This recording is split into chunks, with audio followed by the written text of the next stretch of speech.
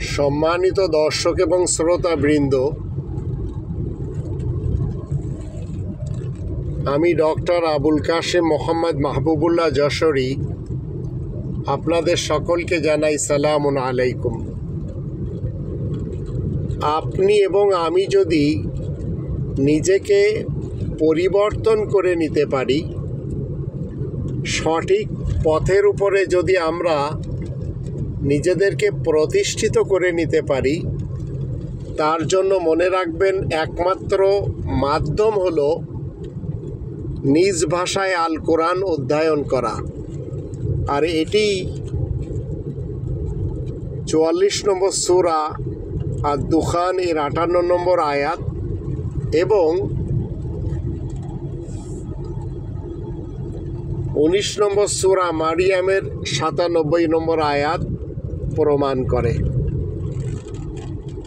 নিজেকে যদি আমি কোরআনের বিধান মতে বদলিয়ে না নিতে পারি, তাহলে রবের শান্তির রাজ্যে আমরা কখনো সুখে থাকতে পারবো না। তাই আপনাকে আমাকে সুখ পেতে হলে কোরআন মতে নিজেদের জীবনকে গড়ে নিতে হবে। আর যখন কোরআন মতে আমরা সবাই জীবনকে গড়ে নিব, তখন আমাদের কোনো ধরনের ভয় ভীতি থাকবে না, এই কালে এবং পরকালে। তাই আসুন আমরা আমাদের জীবনকে সুন্দরভাবে উপভোগ করার জন্য কোরআন অধ্যয়ন করি, কোরআনকে বিশ্বাস করি, আর কোরআনের উপরে আমল করি। তাহলে অবশ্যই আমরা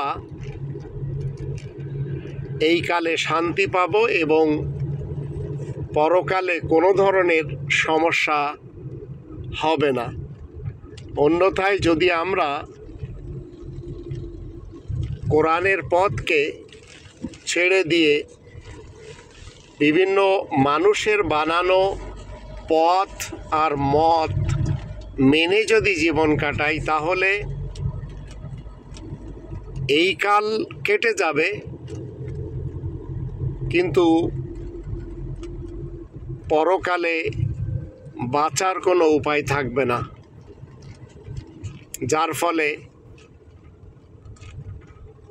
মানবরচিত বিধান এবং মানবরচিত মতবাদ মেনে যদি কোনো ব্যক্তি দুনিয়া ছেড়ে চলে যায়, তাহলে ওই লোকটি অন্তত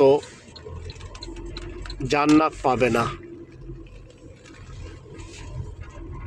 আল্লাহ আমাদের সবাইকে তৌফিক দান করুন, আমরা যেন রব্বানি বিধান মেনে নিজেদের জীবন পরিচালনা করতে পারি।